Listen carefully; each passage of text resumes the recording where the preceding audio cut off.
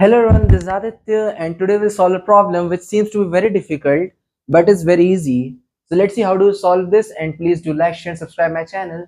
And now let's get started.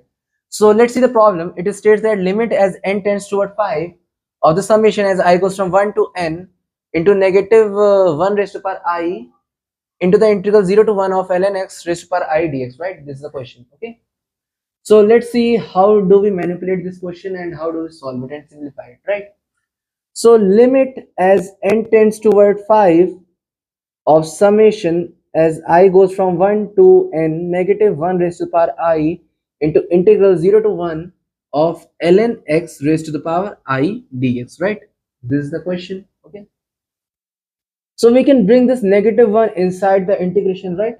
Okay, let's do it.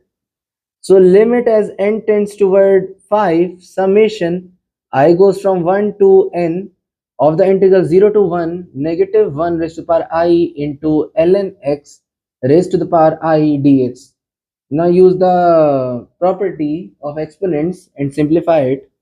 Limit as n tends toward 5 summation as I goes from 1 to n integral 0 to 1 negative ln x raised to the power I dx, right? Is it correct? Okay. So let's see how do we simplify it further. Well, you can do summation and the limit afterwards. So first of all, we will evaluate the integral. Okay. So let's see how do we integrate it. Okay. So integral 0 to 1 of negative ln x raised to power I dx, right? This is the question. Okay. So now what you can do is you can substitute negative ln x as t, right? Okay. So you get x is equal to a raised to power negative t, right? Okay. You bring negative sign over there and then raise both sides to the power of e, right? So you get dx is equal to negative e raised by negative t dt, right?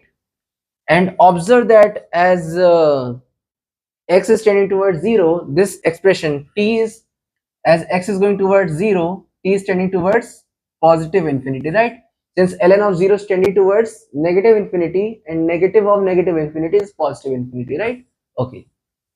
And x is tending towards 1, then t is tending towards 0, right?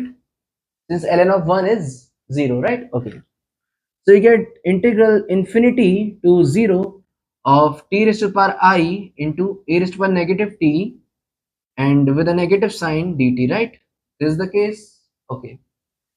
So what you can do is now you can remove this negative sign and you can interchange the limits. So you get integral 0 to infinity of t raised to the power I a raised to the power negative t dt.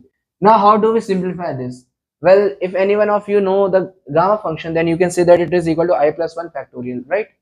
But if you all don't know, then how do we solve it? Let's see. Well, you all know this expression. Now I am erasing it. Okay.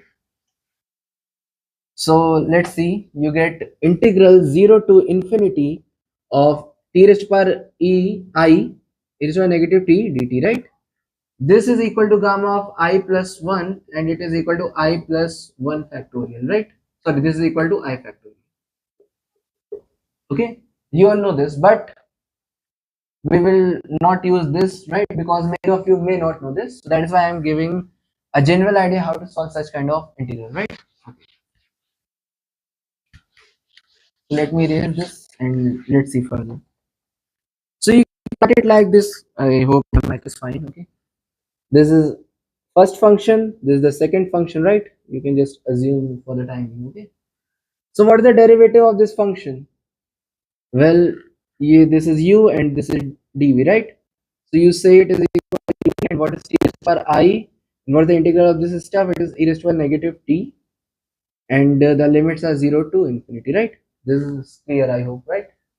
Minus the integral 0 to infinity of v du. What is this? This is negative e raised to the negative t into the derivative of this function. It is I t raised to the power I minus 1 dt, right? This is clear, I hope, right? And you substitute over here negative, you just remove the limits over here. This was negative, so you just interchange the limit and you get infinity to 0. Observe, as you substitute 0, you get 0, and when you substitute infinity, limit as t tends toward infinity of t raised to the power I upon e raised to the power t is also tending towards 0, right? I hope you are understanding it, right? Since exponential is an increasing function, right? Okay, in comparison to t, right?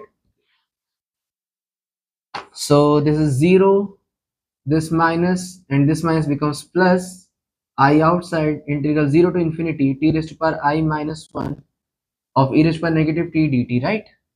So observe that this was equal to integral 0 to infinity of this thing dt is equal to I times integral 0 to infinity of t raised to power I minus 1 e raised to power negative t dt, right?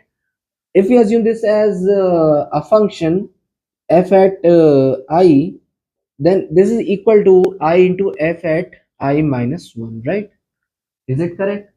Which means that we can say that f at I is equal to I into I minus 1 of f of I minus 2, right?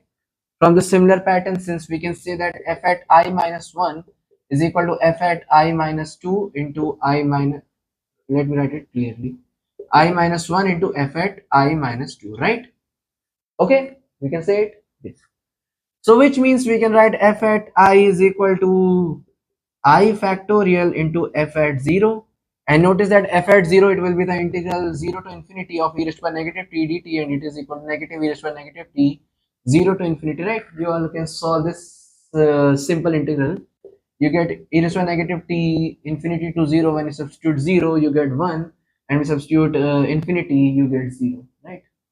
Means you are not substituting infinity, you are using limits, of course, but we don't care much about it, right? Okay.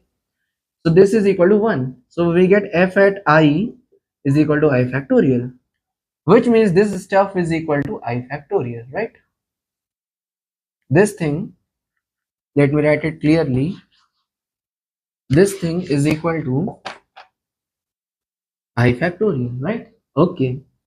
So our problem is changed now, and now the question is this. Limit as n tends towards 5 of the summation as I goes from 1 to n of this integral 0 to infinity of ln x negative ln x raised to power I dx is equal to, as n tends towards 5, of the quantity, this is I factorial. And notice that you can simply substitute the limit over here, right? Because since there is no 0 by 0 case or somewhat like that, right? And the limit is not like that, that it will create any problem, right? So that is why you can substitute 5 directly over here, right?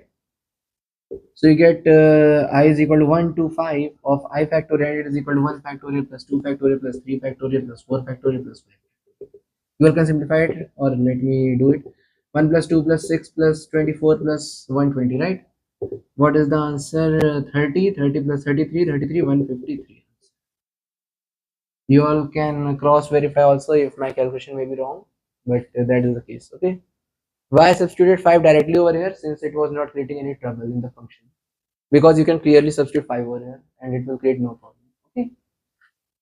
So basically the answer to this problem is 153, and it was so simple problem, right? It just required some sort of manipulations, and you all could solve it further, right? So that is the thing, that the things which look very hard are not actually that hard, but it just depends upon the perspective how you see it. It seems to be very difficult, but when you solved it, it was just a piece of cake, right?